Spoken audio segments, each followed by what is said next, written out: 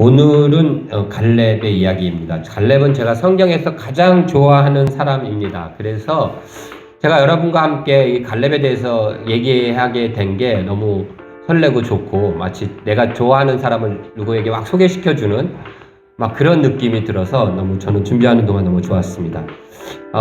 오늘 말씀 가운데 여러분들에게도 이런 기분 좋은 그런 은혜들이 넘쳐났으면 좋겠습니다. 네. 민수기 14장 24절에 보면 하나님께서 갈렙에 대한 첫 평가를 하시는데요. 그 평가가 이렇게 되어 있습니다. 그러나 내 종 갈렙은 그 마음이 그들과 달라서 10명의 정탐꾼들이 부정적인 보고를 했을 때 그 이후의 이야기입니다. 그때 하나님이 갈렙의 이름을 딱 부르시면서 첫 번째 하신 말씀이 그런 거예요. 내 종 갈렙은 그 마음이 그들과 달랐다. 다른 사람과 달랐다 이거예요. 과연 갈렙의 마음이 우리 일반적인 사람들 또 믿음의 사람들 속에서 어떻게 달랐는가에 대해서 오늘은 두 가지만 살펴보도록 하겠습니다. 첫째는 갈렙의 마음이 어떻게 달랐는가? 말씀을 향한 마음이 달랐다라고 생각합니다. 우리 읽은 본문 6절에 보면 그때라고 해요. 이 그때가 언젠가 하면은 일단 여호수아 이 전체적인 배경을 알기 위해서 하면요. 여호수아서는 1장부터 12장까지는 우리가 알듯이 가나안 정복 전쟁을 해요. 그러다가 이제 전쟁을 하다가 13장부터는 분배를 해요. 전쟁을 그치고 땅 분배를 하는 게 나와요. 그리고 나중에 이제 뒤에 21장부터는 이제 여호수아가 하는 메시지가 조금 담겨져 있습니다. 이렇게 간단한 구조인데 지금 13장부터 시작되는 가나안 땅 분배에서 13장은 사실 분배라기보다는 이미 동쪽 지역 분배했던 것을 다시 언급하는 수준이고요. 이제 14장 본격적인 분배를 하는 겁니다. 그런데 13장 처음에 보면 이렇게 시작해요. 여호수아가 나이가 많아 늙음에 그랬어요. 여호수아가 나이가 많아 늙었어요. 오늘 읽었듯이 갈렙도 85세, 여호수아도 그 정도 나이가 됐어요. 늙었고 7년간의 정복전쟁으로 인해서 사람들도 지쳤어요. 그래서 아직 다 정복되어지지 않았음에도 불구하고 가나안 땅을 분배하기로 합니다. 그런데 그렇게 땅을 분배하고 있는 여호수아의 마음속에는 참 찜찜하고 안타까운 마음이었을 거예요. 왜냐하면 반드시 정복해야 될 땅을 아직 정복 못하고 있기 때문에 그래요. 그 땅이 헤브론이에요. 왜 이 땅을 정복해야 되고 안타깝냐면 사실은 그 땅이야말로 자신들이 정탐하고 왔던 땅이에요. 진짜 젖과 꿀이 흐르고 포도송이가 머리통 많은 걸 눈으로 봤던 땅이란 말이에요. 그 땅이 진짜 땅이라는 거죠. 하나님께서 내가 너에게 땅을 줄게, 그 땅 줄게 할 때 그 땅이 그 땅인 거예요. 그 땅에는 아낙 자손이 사는데 그 가나안 족속 중에 가장 센 족속이 살아요. 가장 센 족속이 좋은 곳에 살까요? 안 좋은 곳에 살까요? 가장 좋은 곳에 가장 센 족속이 사는 거예요. 가장 좋은 땅이라는 거예요, 그게. 거기다가 사실 가나안을 정복했다라고 얘기하긴 하지만 가장 센 족속은 정복 못했어요. 왠지 제일 센 사람은 무서워서 피하고 약한 놈들만 딱 해놓고선 우리가 이겼어 이러는 것 같은 그것도 하나님의 군대라고 하는 사람들이 그런 찜찜함이 여호수아 속에는 있었을 거라는 거죠. 그런데 그때 등장하는 게 오늘 우리의 이 갈렙 형님이십니다. 갈렙이 딱 등장해요. 유다 지파 자손들을 다 모으고 딱 나타나서 갈렙이 여호수아에게 이야기합니다. 뭐라고 얘기해요? 이 산간지대를 나에게 주소서 그래. 우리가 이 산지를 이렇게 하는데 세 번역에 보면 산간지대예요. 그러니까 우리는 그냥 이 산지를 그러면 어떤 그냥 이걸 달라 그랬나 보는데 산간지대. 그러니까 굉장히 지형적으로 험악하고 전술적으로 굉장히 방어가 용이한 거기다 힘센 사람들 있고 산간지대를 달라 그래요. 비옥한 땅도 아니고 강한 적이 있는 곳이에요. 아무도 안 갖겠다고 하는 곳이고 아직 정복하지 않았기 때문에 굳이 그 땅 안 건드려도 되는 땅이에요. 무서워서 모두 다 안 가겠다는 땅인데 갈렙은 달라 그래요. 왜요? 아까 얘기했듯이 그곳이 진짜고 그 강한 곳이 있는 곳이 진짜 제일 좋은 곳이고 무엇보다도 하나님의 약속을 기억하고 있었기 때문에 그 말씀에 대한 갈렙의 마음이 다른 사람들과 달랐던 거예요. 다른 사람들은 이제 그만하자 하고 할 때 갈렙은 그게 아니었던 거예요. 그런데 이 마음이 지금만 그런 게 아니에요. 여기서 얘기하는 갈렙이 보면요. 9절에 그날에 모세가 맹세하여 이르되 내가 내 하나님 여호와께 충성하였은즉 내 발로 밟는 땅은 영원히 너와 내 자손의 기업이 되리라 하였다라고 하는데 그날이 언제요? 정탐했던 그 옛날이에요. 민수기 13장에 보면 이런 게 있어요. 훌륭해요. 보실까요? 같이 읽어볼까요? 시작. 갈렙이 모세 앞에서 백성을 조용히 하게 하고 이르되 우리가 곧 올라가서 그 땅을 취하자 능히 이기리라 하니. 상황이 중요한데 이 상황이 언제요? 정탐꾼들이 와서 보고를 할 상황이에요. 그러면 생각해 보세요. 12명이 갔어요. 정탐 잘하고 돌아오는 길이에요. 갈렙도 있고 여호수아도 있어요. 돌아오는 길에 무슨 얘기들을 했을까요? 정탐꾼들이. 야, 우리 이제 돌아가서 보고해야지. 봤는데 정말 가히 좋긴 하지만 야, 우리 다 죽었다. 야, 이거 괜히 왔다. 우리 못 이겨. 저들은 우리 메뚜기잖아. 그런 얘기 하면서 오지 않았겠어요? 그럼 12명 속에서의 분위기가 어땠을까요? 돌아오면서 보고를 해야 되는데 분위기는 이미 부정적인 분위기로 하기로 불만 불평 막 하고 오고 있었어요. 단 두 사람만 말은 안 했지만 갈렙과 여호수아만 아닌데 하고서 왔을 것 같아요. 아니나 다를까 오자마자 그런 보고를 하니까 백성들이 들고 일어서 돌로 막 모세를 치려고 그러고 모세도 무서워가지고 백성들 앞에 엎드렸고 벌벌 떨고 있는 상황이에요.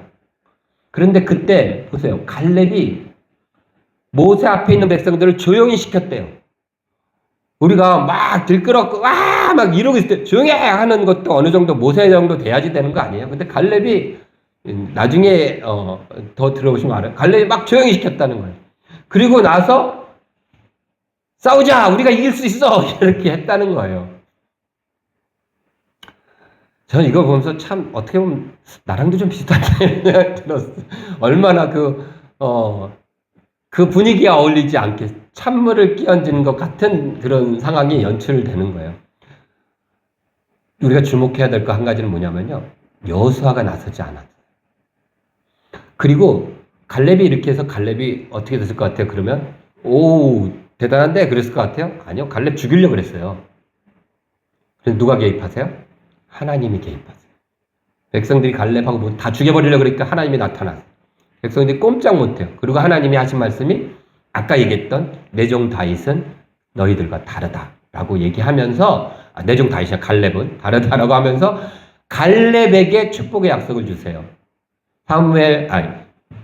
민수기 14장 24절에 보면 이건 없죠. 24절에 뭐라고 이야기하시냐면 우리가 알고 있듯이 내가 그 땅을 너에게 줄게. 네가 밟았던 땅, 네가 정탐하고 왔던 그 땅 너에게 줄 거야 라고 얘기하세요. 누구에게? 갈렙에게. 사실 그래서 정탐하고 와서 하나님 앞에 축복과 약속을 받은 사람은 갈렙 한 사람이에요. 그리고 하나님 앞에 들어가서 우리가 이길 수 있다라고 얘기하고 보고했던 사람도 갈렙이에요. 여호수아는 옆에 서 있었어요. 물론 같이 옷을 찢고 같은 편이 되긴 했지만 아무 말도 안 해요. 그래서 하나님도 민수기에 보면요. 갈렙이 먼저 나와요.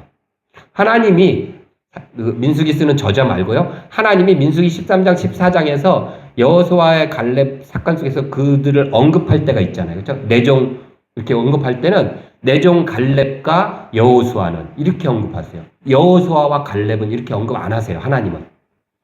물론 그러고 나서 뒤에는 이제 그것을 기록했던 사람들에서는 눈의 아들 여호수아와 갈렙이 이렇게 되었더라. 이렇게 이제 서술할 때는 사람이 썼으니까 그런데 하나님이 언급할 때는 내 종 갈렙과 그다음에 내 종 여호수아만이 그 땅에 들어가고 죽지 않을 거야. 이런 얘기를 하실 때 항상 그 얘기는 좀 이따 또 살펴볼 거예요. 그런 미묘한 이야기들은. 어쨌든 갈렙이 그랬던 갈렙이에요. 그런데 지금 85세가 돼서도 갈렙이 그 얘기를 또 꺼내는 거예요. 그래서 그 땅 달라는 거예요. 그 말씀에 대해서 하나님이 하신 말씀을 향한 갈렙의 마음이 45년간 유지했던 그 마음이 다시 드러나서 또 얘기하는 거예요. 저는 이걸 보면서 그거 같아요. 은혜에 대한 욕심이 있었던 것 같아요. 갈렙. 여러분들 은혜에 대해서는요. 욕심을 내도 될 것 같아요. 우리가 너무 이렇게 욕심 없이 사는 게 좋은 거다 그러지 말고요. 욕심을 좀 내세요. 하나님 말씀 붙잡고 하나님 말씀 갖고 한다. 은혜에 대해서는 욕심을 좀 냈으면 좋겠습니다. 근데 재밌는 얘기를 해요. 갈렙이 그때 그 말씀을 붙잡고 하면서 뭐라고 얘기하냐면, 왜 그 땅을 나에 줘야 되냐고 얘기하냐면, 10절 한번 보세요. 같이 한번 읽겠습니다. 시작.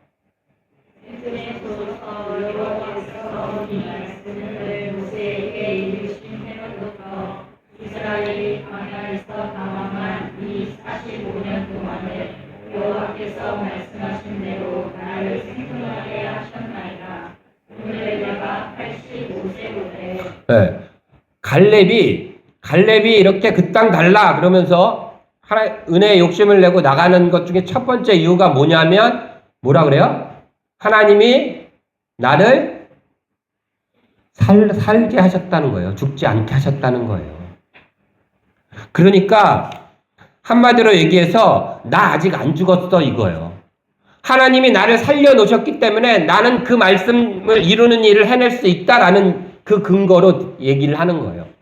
시편 118편 17절에 보면 있나요? 같이 읽어봅시다. 시작. 내가 죽지 않고 살아서 여호와께서 하시는 일을 선포하리로다. 내가 죽지 않고 살아야 되는 이유가 뭐예요? 하나님께서 하시는 일을 선포하기 위해서라는 거예요. 갈렙도 지금 그 얘기를 하고 있는 거예요. 내가 지금 살아있잖아.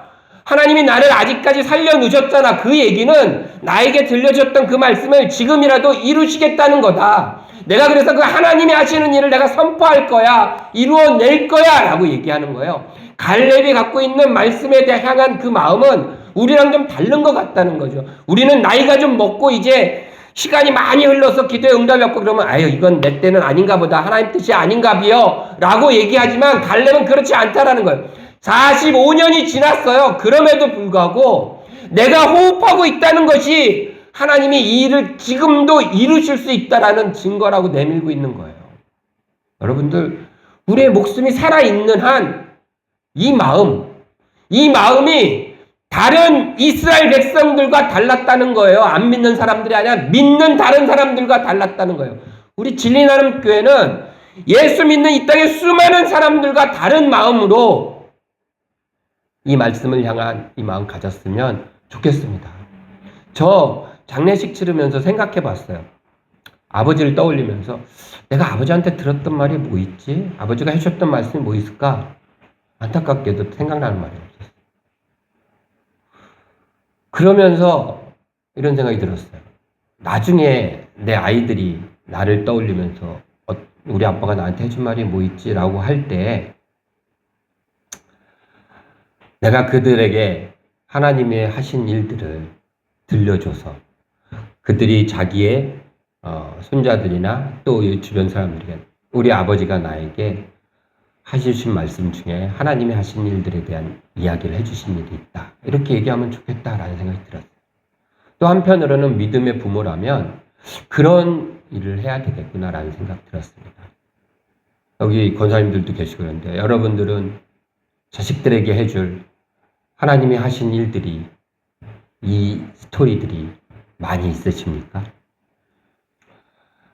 있더라도 아직 우리의 숨이 쉬고 있다면 죽지 않았다면 하나님께서 앞으로 더 하실 많은 일들을 차곡차곡 저장해서 우리 자녀들에게 또 믿음의 다른 세대들에게 선포하고 전해줄 수 있는 저 여러분들이 되었으면 좋겠습니다. 그것이 멈추면 진짜 죽는 거예요. 암만 호흡하고 있더라도.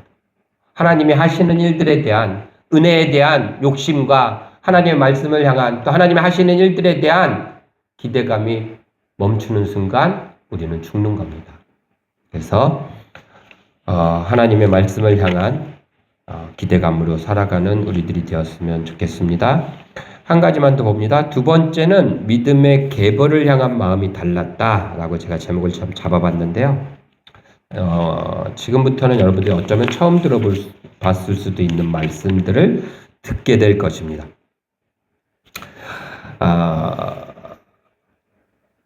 우리 읽은 본문을 보면 이렇게 돼 있어요. 여호수아서 14장 1절과 2절에는 이제 땅을 분배하는 스토리들이 나오는데 어떻게 하냐면요. 제사장과 종교 지도자였던 제사장과 1절이에요. 그 다음에 군대의 지도자였던 여호수아와 각 지파의 지도자인 12지파의 족장들이 모입니다.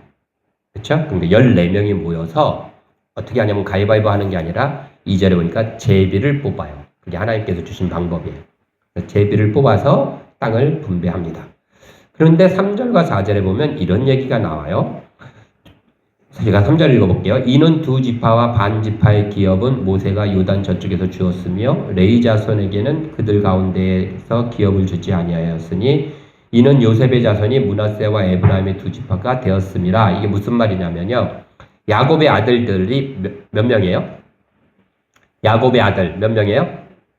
12명. 그래서 12지파예요. 그 12명 중에 요셉이 있어요, 없어요? 있어요. 그렇죠? 그런데 창세기 마지막에 보면 요셉의 아들이 둘이 있는데 하나는 므낫세고 하나는 에브라임이에요. 그래서 두 사람을 야곱이 축복을 하죠. 엇갈려서 축복을 해서 에브라임이 장자권을 가져가는 이런 일이 있어요. 그런데 므낫세와 에브라임도 12지파에 들어가 있죠. 그럼 요셉 한 명이 빠지고 요셉 대신에 므낫세 지파와 에브라임 지파가 들어간 거예요. 그럼 몇 지파예요? 13지파잖아요. 12명 중에서 한 명 빠지고 2명 들어갔으니까. 그런데 오늘 거기서 뭐라 그래? 그 중에 어떤 지파를 뺐대요? 레위 지파를 뺀 거예요. 그럼 몇 지파요? 12지파가 땅을 분배받는 거예요. 예. 가끔 신학생들이나 성경 읽다 보면 이런 거에서 막 헷갈리는 분이 12명이야, 13명이야 막 이러는데 거기에 대한 정리를 지금 여기 하고 있어요. 그렇죠? 그래서 레위 지파를 뺀 나머지 12명의 자손들에게 땅 분배를 해서 12지파가 됩니다. 에브라임과 그래서 므낫세는 사실은 야곱의 자손이 아니라 요셉의 아들들이에요. 자손은 맞죠? 야곱의 아들이 아니라 요셉의 아들이에요. 근데 이들이 12지파로 지금 편입되는 이야기를 3절과 4절에 하고 있어요. 편입이라는 단어를 좀 기억해 주시면 좋겠습니다. 자, 그러고 나서 이제 갈렙의 이야기를 봅시다. 6절에 보니까 뭐라고 되어 있냐면요. 갈렙을 이렇게 소개해요. 그때 유다 자손이 길갈에 있는 여호수아에게 나오고 그니스 사람 여분네의 아들 갈렙이 이렇게 얘기해요. 갈렙을 누구래요? 그니스 사람 여분네의 아들 갈렙이래요. 갈렙은 무슨 지파예요? 네? 갈렙 무슨 지파예요? 유다 지파예요. 유다 지파 사람들하고 그래서 나온 거예요. 그럼 그냥 유다 지파의 여분네 아들 갈렙이 그러면 되는데 그니스 사람이래요. 그 얘기를 또 해요.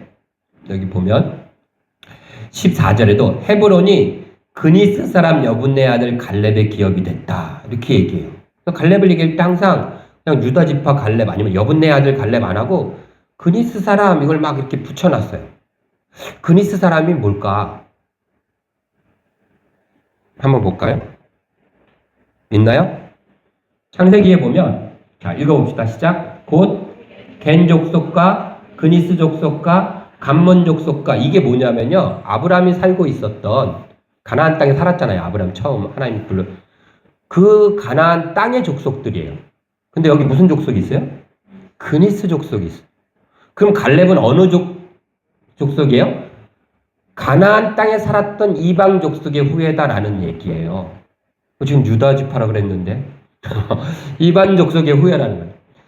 민수기 한번 볼게요. 민수기 딴 곳에 보면 자 갈렙을 이렇게 얘기합니다. 여기에서는 그러나 그나스 사람 여분네 아들 갈렙이래요. 그니스가 아니라 그나스 사람이에요. 사실 그니스와 그나스는 같은 말인데 그래도 이제 우리 한국 사람들은 점 하나만 틀려도 괜히 찝찝하잖아요. 그렇죠? 그래서 예. 근데 어쨌든 그나스 사람이래요. 근데 여기에 대한 또 다른 이야기가 하나 있어요. 예, 읽어봅시다. 시작. 에서 자손 중 족장은 이러하니라. 에서의 장자 엘리바스의 자손으로는 대만 족장, 오말 족장, 스보 족장, 그나스 족장과. 그러면 갈렙은 누구 자손이에요? 에서의 자손인데. 이방인이고 에서의 자손인데.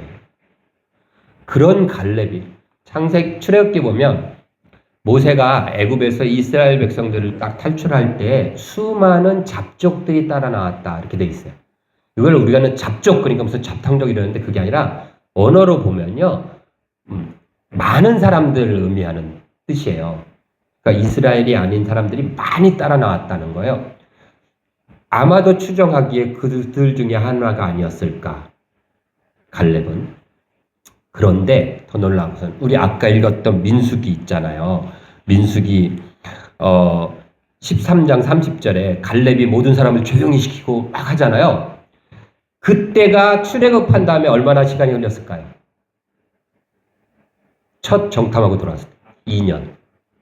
첫 정탐이니까. 그리고 40년 도는 거예요. 그러면 생각해 보세요. 애굽에서 탈출해서 그 잡족 속에 있었어요. 그런데 2년 만에 유다 지파의 대표 정탐꾼이 되고요.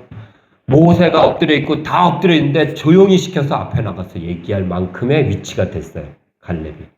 그러면 갈렙이 얼마나 그 믿음에 향한 경주가 열심히 대단했겠어요. 우리도 그랬어요. 2년 만에 처음 교회 와서 2년 만에 막 올라가는 거예요. 막 장년부 회장되고 막 이러는 거죠. 막 열심히. 그렇죠? 그게 된 거죠. 이방인이었고 에서의 후손일 수도 있는 사람을 유다 지파로 편입시키고, 아까 제가 편입에 대한 얘기 한다고 했어요. 편입시키고 그 속에서도 그 믿음의 계보를 들어가기 위해서 이 바등바등거렸던 갈렙이 결국은 대표가 돼서 정탐을 하고 오고, 그리고 나서 갑시다, 이깁니다. 왜냐하면 갈렙이 살았던 지역이 아마도 이 헤브론 지역 근처가 아닐까라고 해서 잘 알고 있는 거예요. 정탐꾼에 뽑힌 이유 중에 하나가 되겠죠. 그래서 그랬던 갈렙인 거예요. 자, 그러면 거기까지 일단 멈춰놓고요. 그러면 이 갈렙이 과연 왜 그 땅에 목숨을 걸었을까? 아까 얘기했던 하나님이 주시겠다는 약속이 있었지만 갈렙 개인적으로는 그게 어떤 의미가 있어서 이런 성향의 갈렙을 염두에 두고 그 땅이 어떤 땅이길래 그럴까? 우리 본문 15장 마지막 절 봅시다. 마지막 절 보면 끝나는 거잖아요. 그렇죠? 읽어봅시다. 시작. 헤브론의 옛 이름은 기럇 아르바라 그랬어요. 기럇 아르바, 헤브론. 이곳이 어디냐면요. 창세기 13장 14절과 18절을 보면 이렇게 나와요. 아브라함이 롯 했어요. 갈라섰어요. 조카. 그러고 나니까 마음이 좀 싱숭생숭하잖아요. 하나님이 나타나셨어요. 그리고 나서 눈을 들어서 바라보라. 네가 보는 거 다 내가 더 줄게. 라고 했던 곳 중에 한 곳이 바로 했던 곳 중에 한 곳이 아니라 딱 하셨던 곳이 바로 헤브론이에요. 그 얘기를 듣고 아브라함이 어떻게 해요? 그곳으로 가요. 거기다 장막을 짓고 거기서 살아요. 제단을 쌓아요. 이게 어디예요? 헤브론이에요. 그 땅이에요, 지금. 또 창세기 23장에 보면 아브라함이 자기의 사랑했던 아내 사라가 죽으니까 무덤을 사요. 막벨라 굴을 사요. 그 막벨라 굴이 어디 있어요? 헤브론에 있어요. 창세기 35장 27절에 보면 그래서 그곳에 아브라함도 장사됐고 이삭도 장사됐고 야곱도 그곳에 가서 살아요. 그 헤브론, 다른 말로 기럇 아르바라는 곳에 가서 살아요. 그러니까 그 헤브론은 믿음의 조상들의 뿌리가 있는 거예요. 계보의 뿌리가 모셔진 곳이에요. 우리로 말하면 선산. 그러니까 갈렙이 믿음의 계보에 어떻게든 들어가서 차지하고 싶은 그것을 향한 마음이 그려져 있다고 저는 봐요. 그래서 45년이 지났는데도 그 땅은 내가 차지해야 돼. 여러분, 갈렙의 이름이 뜻이 뭔지 아십니까? 개예요, 개. 개는 그 당시도 지금도 좋은 이미지가 아니에요. 갈렙이 이방인의 후손이었다라는 증거 중에 하나이기도 합니다. 보통 성경은 그렇게 이름 안 짓잖아요. 그렇죠? 개라는 뜻이에요. 그런데 창세기 49장 9절에 보면 야곱이 유다를 축복하면서 뭐라고 하냐면요. 유다는 사자 새끼로다 이렇게 축복해요. 사자 새끼라는 이 단어를 다시 얘기하면요. 젊은 사자로다 이런 얘기예요. 새끼 사자라는 얘기니까 아마 갈렙은 개가 아닌 젊은 사자의 삶을, 또 내 후손들이 개의 후손으로 살아가는 것보다 젊은 사자인 유다의 후손으로 살아가는 것을 갈망했을지도 모르겠다라는 생각이 들었어요. 그래서 내 조상은 나도 알지 못하는 에서나 이런 쪽이 아니라 믿음의 조상인 아브라함과 이삭과 야곱, 그래서 그 조상 무덤이 있는 이곳이 내 땅이고 내 선산이고 내가 지키는 곳이야 라는 그 갈망으로, 그 믿음의 계보를 향한 그 갈망과 마음으로 이렇게 그 땅을 차지하려고 했던 것 같습니다. 그게 제가 갈렙을 좋아하는 두 번째 이유입니다. 그런데 여러분들, 에브라임 집, 우리 지도 한번 볼까요?